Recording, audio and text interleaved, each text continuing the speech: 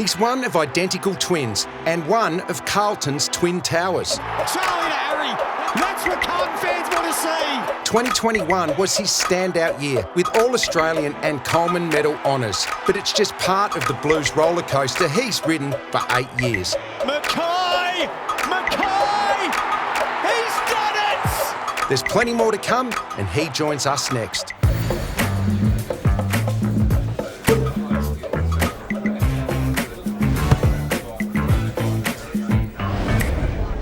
Hello and welcome to Knockoffs, brought to you by Pepperjack Wines. And I'm Richo, and I tell you what, I'm excited today. I've waited all year to finally get a key forward on the show. We had Brian Taylor earlier in the year, but he's a long time ago. It's great to be joined by Harry McKay. Harry, thanks for coming in, mate. No worries, mate. Thanks for having me, Richo. I'll tell you what, this is the best thing I've seen all year. What do you got here? I think it's a rustic pizza we're going with, so buffalo mozzarella, prosciutto, rocket, a bit of pesto. So beautiful. Goes nicely with the wine, I hear. It does. That's the Sangiovese down there from Pepperjack. We've got a few of those for you to take home. Mate, let's go right back. You were brought up down in Gippsland in Long Warry. Yep. Growing up with a twin brother Ben on a farm. Must have been good times. Yeah, it was. It feels like forever ago now. But yeah, we're lucky enough to have, I mean, we say a farm, there's only 15 acres, which actually isn't that many. But yeah, so I had a twin brother, then older sister and a younger brother as well. So there was 4 of us. And yeah, we're really lucky. We had paddock to play footy in, cricket oval, basketball hoop. So there was always kind of plenty to do. And it's a really good place to grow up and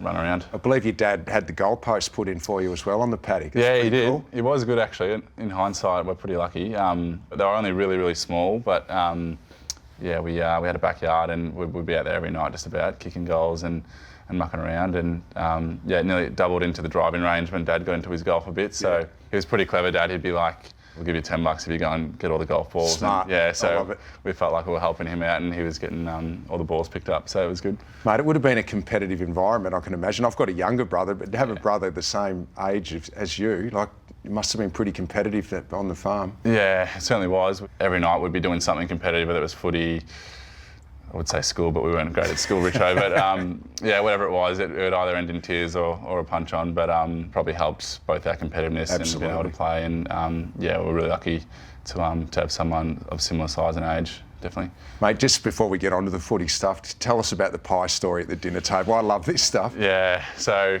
I used to give Mum a bit more credit. I thought she made the shepherd's pie, but I think she just bought it from Woolworths. So, but we'd have a shepherd's pie every now and then, and yeah, as you do, we had these steak knives that you'd use for occasionally, and me just being kind of funny buggers, I got my steak knife and just kind of stabbed Ben's pie just to be a bit annoying, as you do, and then knowing Ben would retaliate, I put my hand over my pie because knowing him quite well, and he looked at it and didn't think twice. I went straight through my hand, and I still got a little scar on my hand there. So I reckon I looked at it for about 5 seconds, and it started pouring out blood. So oh no! Learned a good lesson that day, Richard. Absolutely, it was good fun. Don't muck around with Ben. Yeah, that's right. All his pie anyway. Yeah. Yep. Was it always footy for you too? You just mentioned basketball and golf. Was it always going to be footy though? Yeah, probably. I think footy was like our truest love in terms of sport. Summer we always loved cricket. We played a bit of tennis, a bit of basketball, but from a young age, footy was always probably the one. And even though we don't love to admit it, we probably weren't great at anything else, Richo. Right. So yeah, footy was probably the clearest path. But yeah, we always loved it. Well, mate, you clearly chose the right option. Pick 10, you go to the Blues. Yeah. Was it always going to be Carlton? Did you think you were going there? Had a pretty good inkling. I think you never really know draft night. I remember Adelaide came over to our house, and we were in Warragul at this stage, so still just up the road from Long Warry. But we, they came over and said, if you're still there, I think they'd pick 12, that we'd take you. So that was, like, I guess, reassuring to know that a team had a lot of interest. But then Carlton had picked 10 and 12, and I reckon Adelaide had 11 and 13, so it was probably roughly around that area. But Carlton were pretty keen to take us both, but we actually said to them, don't take us both. Oh, really? We want to do our own thing. So that's interesting. Yeah, I think Carlton was still going to take Ben at 20. I think we had picked 23 maybe, and if he was still on the board, I think they were going to take him, even though we said not to. So, but yeah, draft night was a fun night, obviously, to fulfil your dreams to a degree as a kid and go to an amazing club. I think when you reflect as you get a bit older, it's there's a bit of luck involved in where you go, but super lucky to go to such a big club and the experiences you've got off the back of that has been amazing.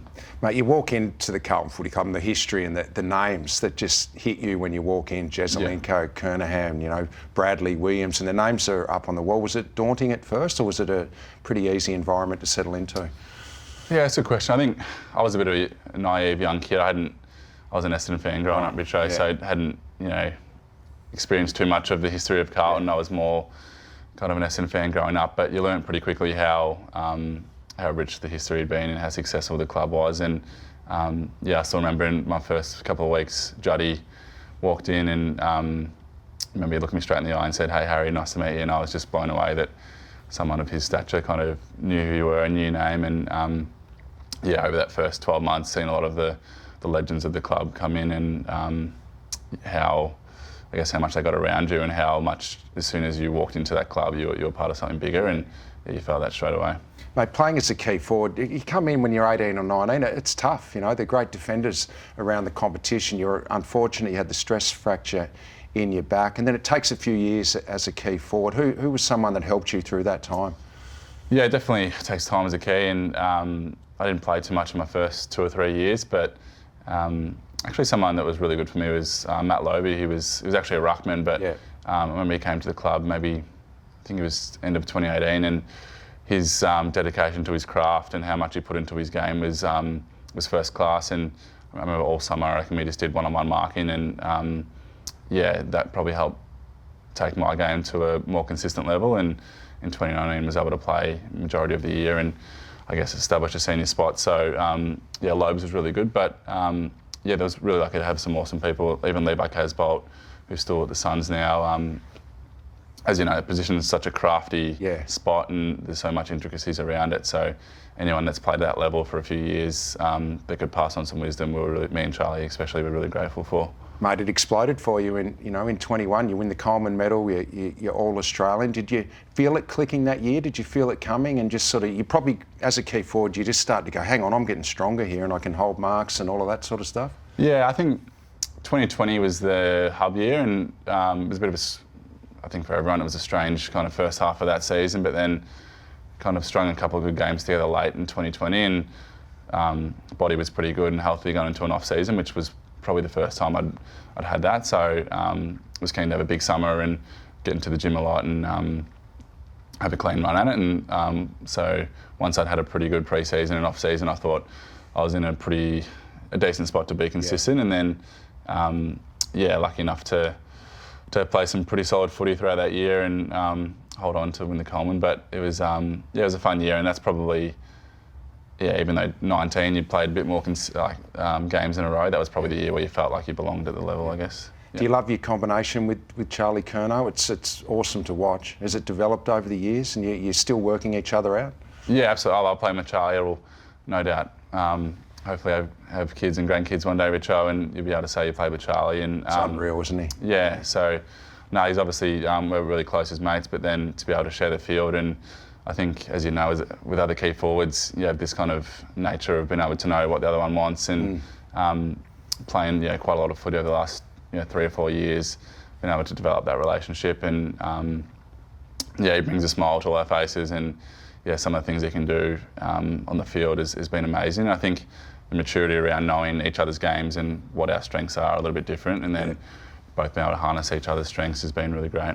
Mate, there's been talk for years, obviously, with the McKay brothers and twins, and you didn't play on each other for years. I think maybe one VFL game that probably no one really knew about, you played on each other, but I think at 7 or 8 years you didn't play on each other. It finally happened, but there were conspiracy theories out there that you were one person. There probably still is, Richard, I reckon. I literally had people would come up to me, like at the start it was kind of funny on social media, people would say like, maybe there's only one of them, and it was a bit of a laugh at the start, and by the end of it, like after a couple of years, I had people generally come up in the street and say, I believe are you actually like a twin? And I was like, mate, I promise you I am. I'm not making it up.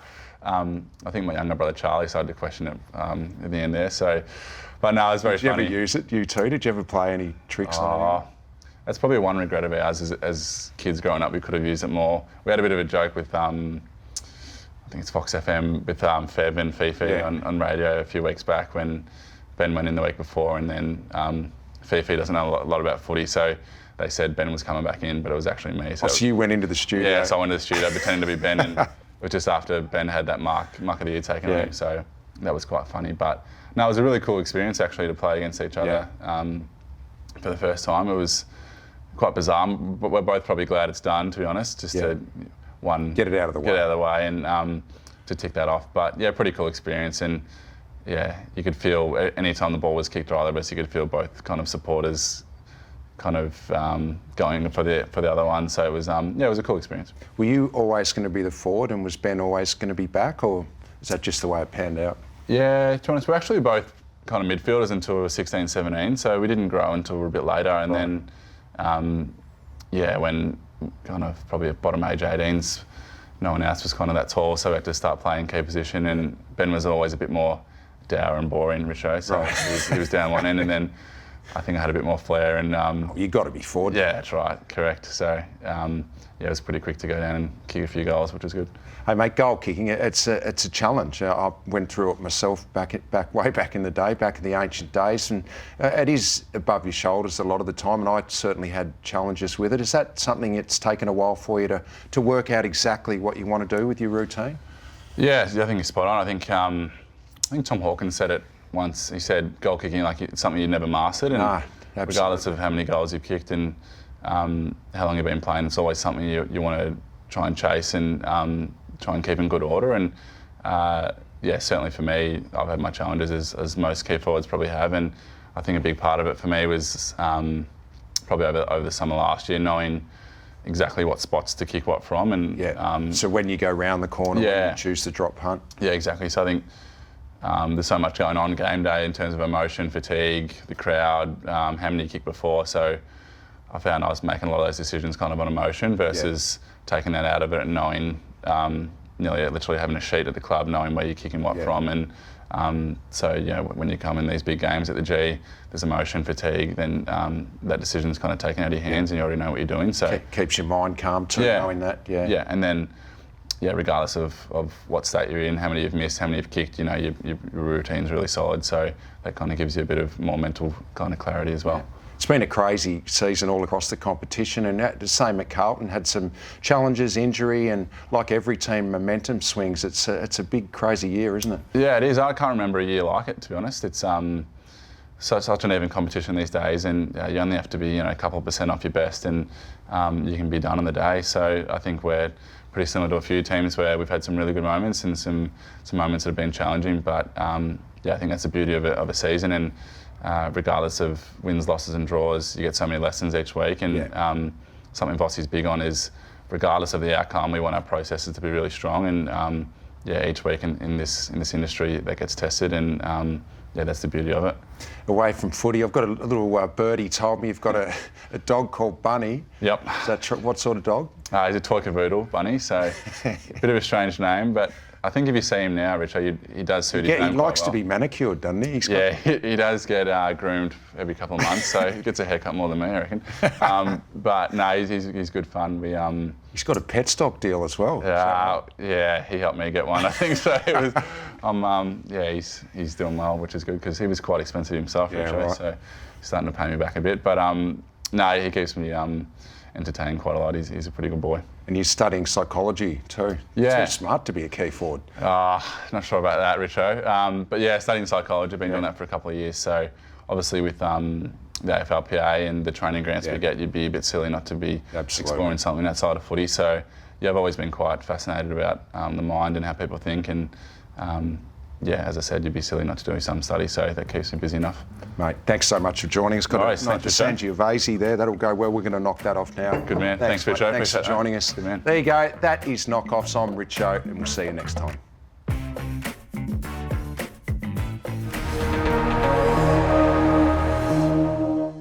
Join me, Cal Toomey, And me, Riley Beveridge. every Wednesday on Gettable, the definitive source of everything you need to know for player movement, trade, free agency, draft and contracts. Watch Gettable every Wednesday or catch it as a podcast wherever you listen.